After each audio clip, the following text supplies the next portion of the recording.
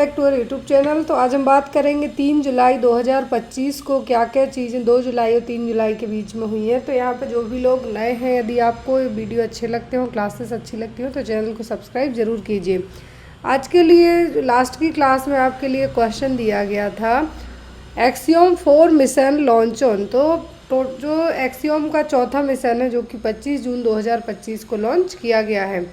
तो यहाँ पर आपको लास्ट क्लास में क्वेश्चन दिया गया था, इसका आंसर है 25 जून 2025। आज की क्लास के क्वेश्चन है हमारे, क्वेश्चन है INS Tabar that was recently seen in news belongs to which class of frigates. तो यहाँ पर INS विक्रांत आपने पढ़ा है, अभी एक नया है जो नेवल के लिए, जो नेवी है उनके लिए एक नया नेवल शिप है जो अभी दिया गया है इंडियन नेवी के लिए।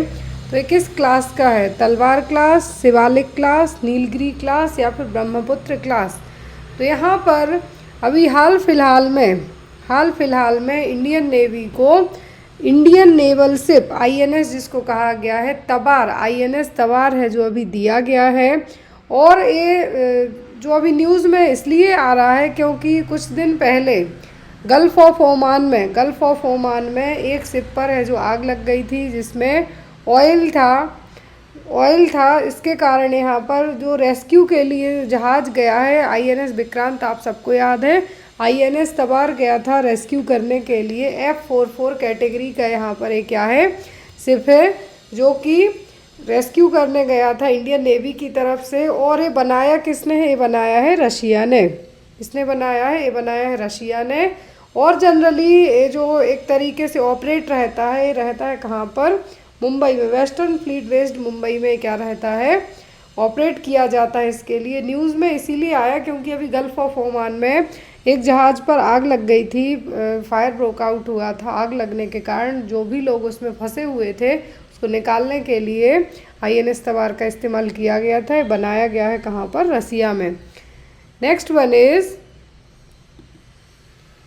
Where is the Wandan mud volcano located. तो यहाँ पर एक वॉल्केनो है, तो ये कहाँ पर है? जापान में, ताइवान में, फिलीपींस में कि इंडोनेशिया में? हमारे नर्सिंग में भी इस तरीके के बहुत क्वेश्चन अभी नाउअडेज आने लगे हैं। पहले नॉन नर्सिंग बहुत कम आता था, बट नाउअडेज 25 और 20 मार्क्स तक का एवरी स्टेट में रख दिया गया है। इसीलिए आपको ये चैनल है जो बनाया गया है कि नर्सिंग का कंटेंट तो आप वहाँ पे देखते ही देखते हैं। इस चैनल पर आपको GK GS के डेली 20 क्वेश्चन है जो ऐड किए जाएंगे। तो यहाँ पर वांडान मड वॉल्केनो जो कि कहाँ पर है? ताइवान में। कहाँ पर है? ये है ताइवान में, ये है हमारा ताइवान में। और यहाँ पर ये जो आपका इसका करेक्ट आंसर क्या था? ये थी तलवार क्लास। क्या था यहाँ पर? तलवार क्लास की यहाँ पर ये शिप थी। तो यहाँ पर ये क्या है? वांडान मड वॉल्केनो, ये है ताइवान में। कहाँ पर है? ताइवान में है। तो यहाँ पर एक तरीके की गैस है जो रिलीज़ करता है, कभी कभी इसमें इरप्शन भी देखने को मिलता है अचानक से। मड और क्ले टाइप का है। यहाँ पर जो वॉल्केनो के बाद जो एक रेड कलर जो आग टाइप निकलेगी, उसके बाद है जो उसकी राख बनती है, उस राख को एज अ मड के तौर पे यूज़ किया जाता है। तो यहाँ पर कभी कभी इससे वॉल्केनिक गैस इतनी ज़्यादा तरीके से निकलती है कि पानी भी बॉयल होने लगता है। तो यहाँ पर इसका नाम क्या रखा गया है? वांडन मड वॉल्केनो। और ये है कहाँ पर? ये है ताइवान में। नेक्स्ट है हमारा question, which organisation is developed the Sachet system to send real time disaster alert across the India. अभी हाल फिलहाल में एक साचेत सिस्टम बनाया गया है जो रियल टाइम डिजास्टर होता है भारत में कहीं पर भी, तो सबके लिए क्या हो जाएगा? इवन 19 लैंग्वेज में मैसेज सर्विस अलर्ट है जो भेजा जाएगा। तो यहाँ पर एक किसने बनाया है? Centre for Development of Telematics, Defence Research and Development Organisation DRDO ने, भारत इलेक्ट्रॉनिक्स लिमिटेड ने, या फिर नेशनल इंफॉर्मेटिक्स सेंटर ने।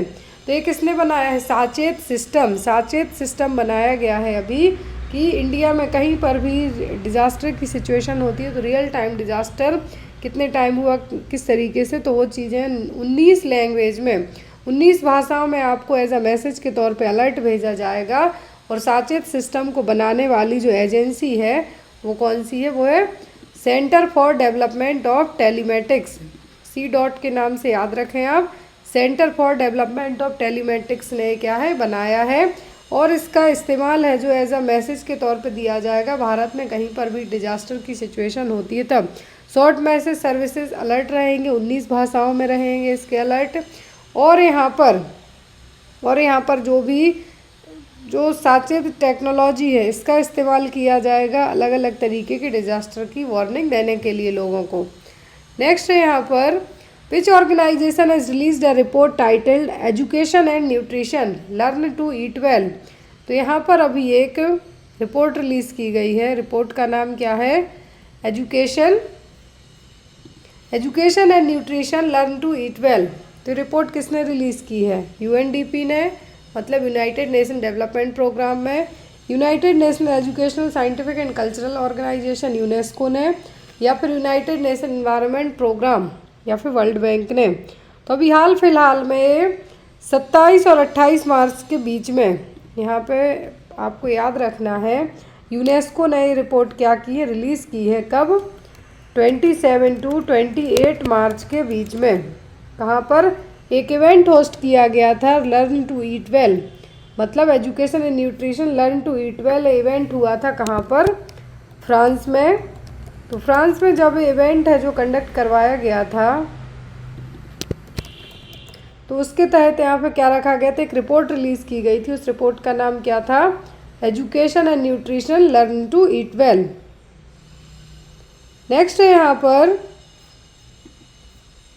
The Sarhul festival is mainly celebrated in which state.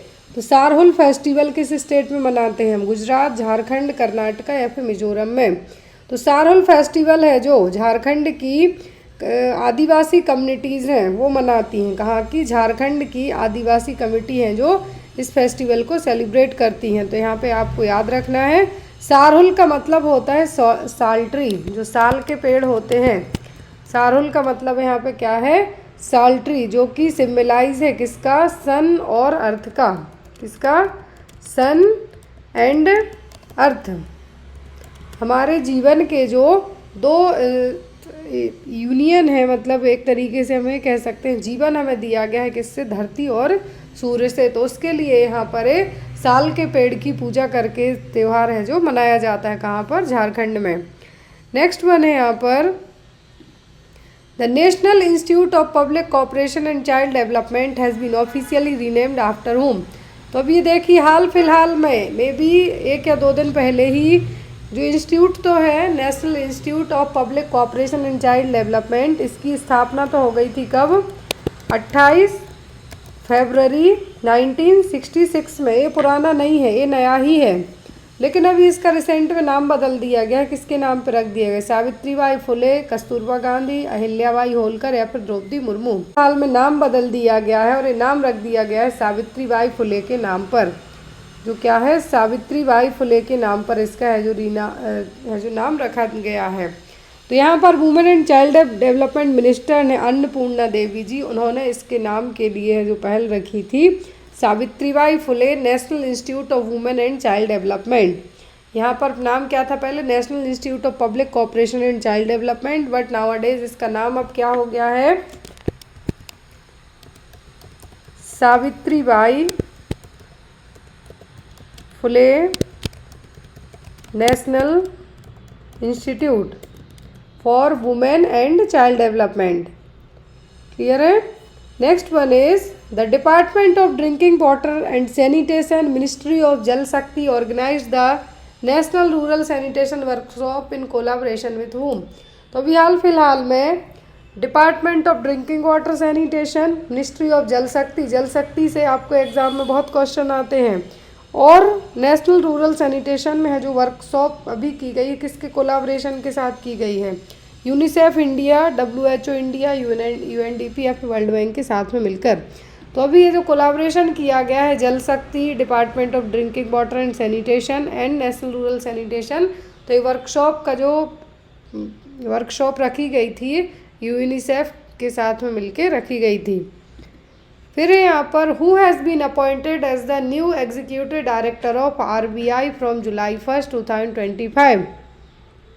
तो अभी हाल फिलहाल में हाल फिलहाल में 1 जुलाई से ही, मतलब आज थर्ड है, 1 जुलाई 2025 से है, जो नए एग्जीक्यूटिव डायरेक्टर हैं जो आरबीआई के चुने गए हैं, जो कि 1 जुलाई से अपना कार्यकाल भी संभाल लिए हैं, वो कौन है? केशवन रामचंद्रन, संजय मल्होत्रा, शक्तिकांत दास या फिर डॉक्टर अजय कुमार, कौन है? तो यहाँ पर यदि हम बात करें तो अभी रिसेंट में जो नए डायरेक्टर, एग्जीक्यूटिव डायरेक्टर चुने गए हैं आरबीआई के, वो हैं कौन? केशवन रामचंद्रन। डॉक्टर अजय कुमार यूपीएससी के चेयरमैन हैं, ये यूपीएससी के चेयरमैन हैं। आपको एग्जाम में इनके नाम है जो ज़रूर पूछे जा सकते हैं। फिर यहाँ पर who has been appointed as the new executive director of SEBI. SEBI आपने एक एजेंसी का नाम सुना है, इसके अभी नए डायरेक्टर हैं, वो कौन अपॉइंट किए गए हैं? अनंत बरुआ, एसके मोहंते, सुनील जे कदम या फिर अजय त्यागी। तो अभी रिसेंट में जो नई अपॉइंटमेंट हुई है सेबी के एग्जीक्यूटिव डायरेक्टर की, वो है सुनील जे कदम। कौन है? सुनील जे कदम। फिर यहाँ पर how many football will be distributed in Indian school under FIFA's football for school programme. ये हमने कल की क्लास में पढ़ा था, ये क्वेश्चन जीके की क्लास में। तो जो फीफा फुटबॉल है, जो यहाँ पे स्कूल चुने गए हैं, उन स्कूल में टोटल कितनी फुटबॉल है जो फीफा डिस्ट्रीब्यूट करवाएगा? 5 लाख, 7.5 लाख, 10 लाख या फिर 12 lakh. How many football will be distributed in Indian school? FIFA football है जो for school, FIFA football for school, तो यहाँ पर टोटल 10 लाख फुटबॉल का डिस्ट्रीब्यूशन किया जाएगा। जो प्रधानमंत्री के जो भी केंद्रीय विद्यालय हैं और जो स्कूल है, वहाँ पर टोटल 10 लाख फुटबॉल का डिस्ट्रीब्यूशन करवाया जाएगा। फिर यहाँ पर where was the testing of India's first indigenous MRI machine in India. तो भारत में बनाई हुई, पहले हम विदेशों से खरीदते थे मशीन, लेकिन अभी भी खरीद रहे हैं, लेकिन अभी पहली मशीन है जो भारत की एमआरआई मशीन है, जो कहाँ पर इंस्टॉल की गई है टेस्टिंग के लिए? एम्स दिल्ली में, एम्स जोधपुर, एम्स भोपाल या फिर Ram Manohar Lohia hospital, RML hospital के नाम से इसको आप जानते हैं। तो ये जो इंडिया की पहली इंडिजीनियस एमआरआई मशीन है, इसका टेस्टिंग हुई है कहाँ पर? एम्स दिल्ली में। कहाँ पे हुई है? एम्स दिल्ली में। फिर यहाँ पर what is the name of the first Indian to complete NASA space programme. तो नासा का पहला जो प्रोग्राम है, पहली इंडियन है, पहले भारतीय हैं जिन्होंने नासा का स्पेस प्रोग्राम कंप्लीट किया है, जो कि 2029 तक है। जो यहाँ पर नासा के लिए जो प्रोग्राम कंप्लीट करी हैं, वो कौन है? शुभांशु शर्मा, दनगेती जानवी या फिर कल्पना चावला या फिर सुनीता अय्यर। तो शुभांशु शर्मा तो अभी स्पेस में गए हुए हैं 14 दिन के लिए इसरो की तरफ से एक्सियोम 4 मिशन में। ये है दनगेती जानवी, जो कि आंध्र प्रदेश की रहने वाली हैं, जो भारत की पहली मेल फीमेल किसी भी फीमेल कैटेगरी से, मतलब यहाँ पे कहना है हमारा पहली महिला है जो पहले इंडियन है जिन्होंने नासा का स्पेस प्रोग्राम कंप्लीट किया है। इसके पहले अभी तक ये काम किसी ने नहीं किया है। Next one, what is the name of the disease that cause the death of 1.5 lakh chicken in Andhra Pradesh. ये भी आपको क्वेश्चनेबल थिंग है, क्योंकि 1.5 लाख चिकन्स की सडन डेथ हो जाना किस बीमारी के कारण हुई होगी? ये Ranikhet disease, anthrax, fowl cholera या फिर न्यूकासल डिसीज। तो यहाँ पर एक ऑप्शन 2 बार ऐड हो गया है। तो यहाँ पर रानीखेत डिसीज, जिसका नाम है न्यूकासल डिसीज, क्या है? रानीखेत डिसीज और न्यूकासल डिसीज, इसके कारण आंध्र प्रदेश में एक साथ सीधा 1.5 लाख 1.5 लाख चिकन्स की डेथ हो गई थी। नेक्स्ट है यहाँ पर developed the K6 hypersonic submarine launched ballistic missile SLBM। K6 hypersonic SLBM hyper submarine launched ballistic missile किसने बनाई है? अभी DRDO ने, इसरो ने, HAL ने कि नासा ने?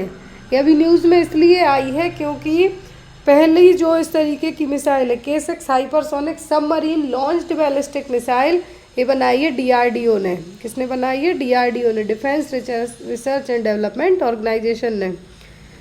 फिर यहाँ पर which city is set to launch India's first quantum computing valley by January 2026। तो जनवरी 2026 से भारत का पहला क्वांटम कंप्यूटिंग वैली है जो किस स्टेट में होगा?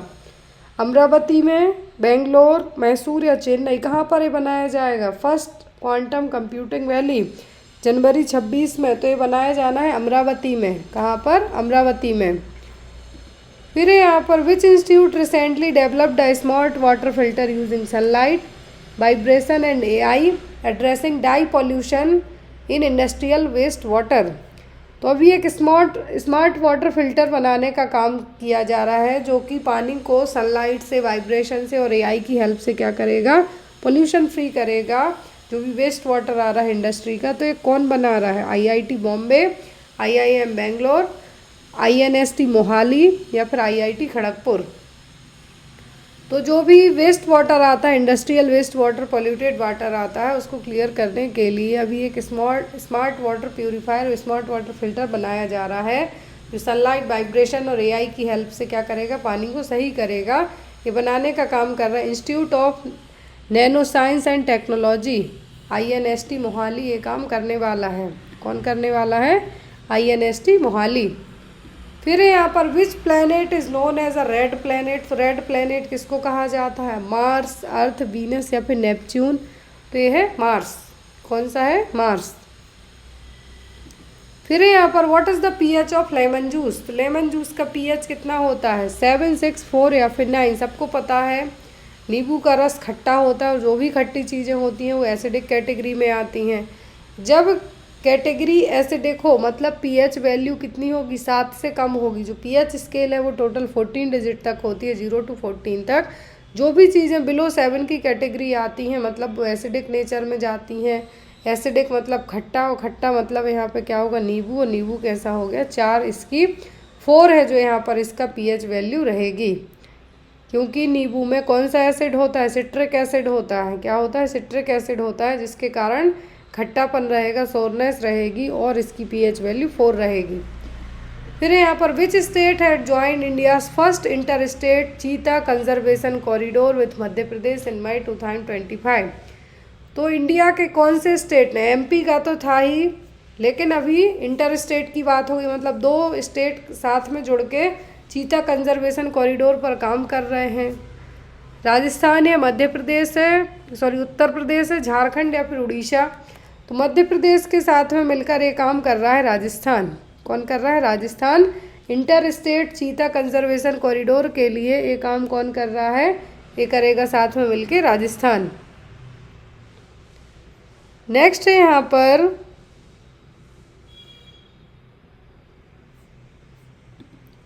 विच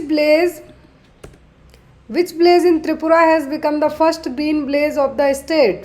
तो त्रिपुरा का एक गांव है, त्रिपुरा स्टेट का एक गांव है जो पूरे तरीके से ग्रीन ब्लेज बन गया है। वो क्या है? सिलघाटी, अमताली, अमरपुर या फिर रंगचेरा। कौन सा गांव है? तो यहाँ पर Tripura renewable energy development agencies ने यहाँ पर ग्रीन ब्लेज प्रोजेक्ट के लिए 1.25 करोड़ रुपए क्या किए थे? रिलीज़ किए थे। और इसके तहत जो गांव बना है वो बना है रंगचेरा। क्या है? रंगचेरा ही त्रिपुरा का फर्स्ट स्टेट बन गया है। सरकार के एफर्ट्स के कारण, सरकार जब तक पैसे खर्च नहीं करती है किसी भी स्टेट पर, उसका विकास हो ही नहीं सकता। लेकिन यहाँ पर सरकार ने 1.25 है जो यहाँ पर 1.25 करोड़ रुपए खर्च करके इस गांव को ग्रीन विलेज के तौर पे क्या करवाया है? अच्छे से वहाँ का डेवलपमेंट करवाया है। एक क्वेश्चन आपके लिए, आंसर कमेंट बॉक्स में ज़रूर दीजिएगा। Who is the current president of Sri Lanka. Sri Lanka के अभी हाल फिलहाल में प्रेसिडेंट कौन है? ऑप्शन में है अनुरा कुमार दिस्यांका,